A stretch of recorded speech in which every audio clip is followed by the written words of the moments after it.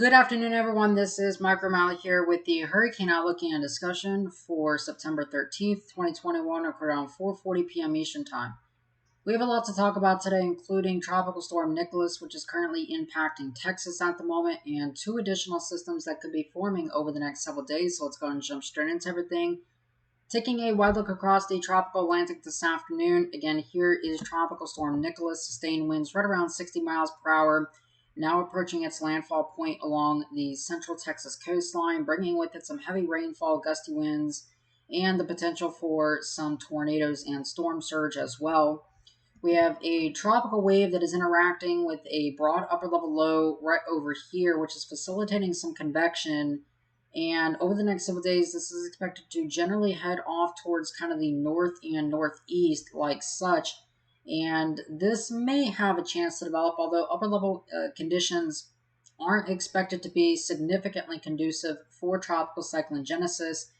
And we also have a new wave coming off the coast of Africa right now, and some part are still over the African continent there, but this will go on to likely develop with an 80% chance currently. So looking here again at Nicholas, sustained winds right now are roughly around 60 miles per hour as of the latest advisory. Again, this is now rapidly approaching the central Texas coastline and is expected to be working its way inland over the day today and into this evening. And then eventually this will be crossing central Texas and into Louisiana as a dissipating system here. So for our folks in Louisiana who obviously took a direct hit from Hurricane Ida not too long ago, the impacts from Ida and still all the recovery effort will be kind of hampered by a lot of the heavy rainfall that will be occurring with the storm during the next several days. Take a look here at the visible satellite imagery. We notice that today the storm is a lot more sort of an asymmetric type look here.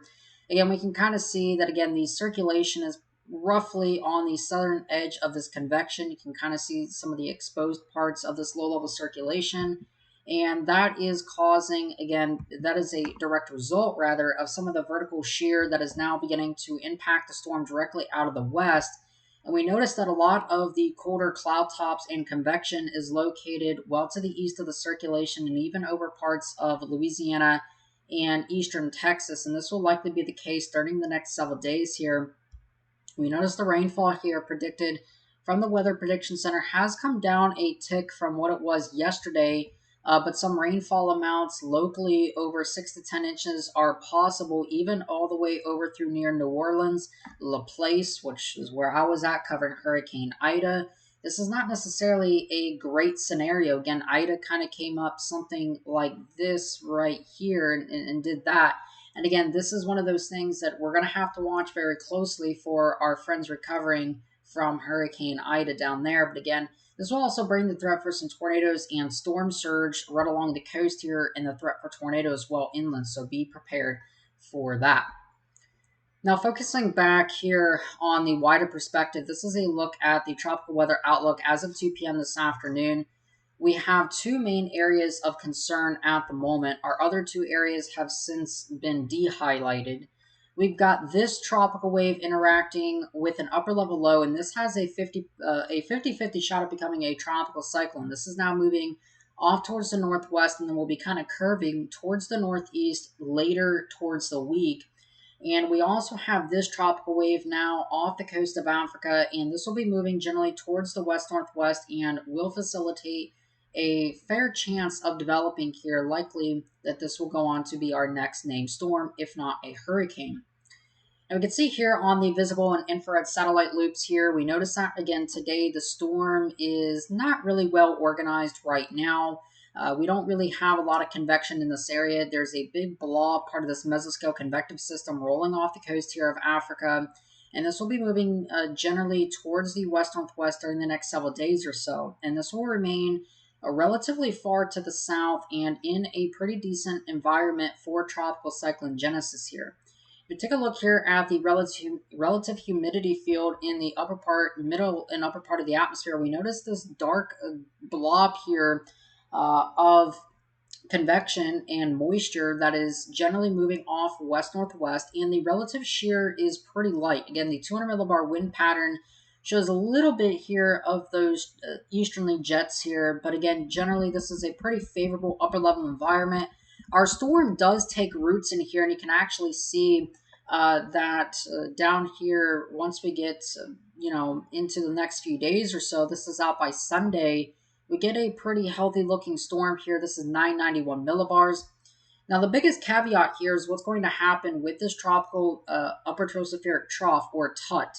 And this is going to be shearing the storm, because you notice how this is just an abrupt change of wind in the upper part of the atmosphere, and this is going to be starting to shear the storm. And one of the things that's been very crucial in the overall evolution of the storm is the fact that this is not necessarily developing immediately after coming off the coast here. And because it's not developing immediately, that means that this has a chance to get pushed further towards the west here with time.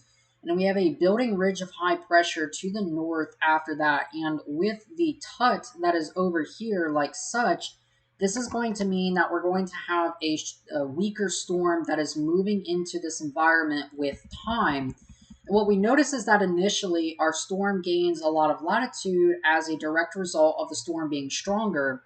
And after this time, this is by Tuesday, we have this envelope here where we have, again, the storm or whatever in here at this time and a trough over the central North Atlantic. And this would likely provide a pathway for the storm to go out to sea.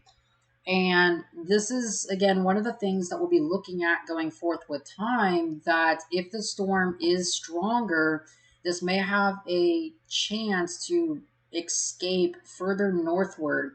We'll be watching to see what this ridge does with time. And again, if we can look here on the GFS ensembles, again, we notice that that ridge is firmly in place there. And if we take a look here at the ensemble mean sea level pressure, everywhere where there's a red number indicates where a potential storm could be. And there's a wide range of possibilities here on the GFS forecast at this time.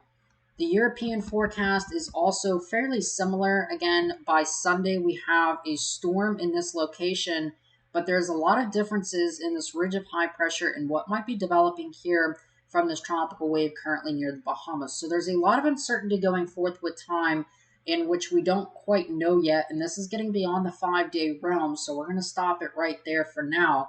But of course, this is a very fluid situation and will continue to change with time, so I urge you to continue to check back over time. All right, that being said, hope you have a great rest of your afternoon and evening. Of course, I am Michael O'Malley. I'll talk to you guys again some more tomorrow.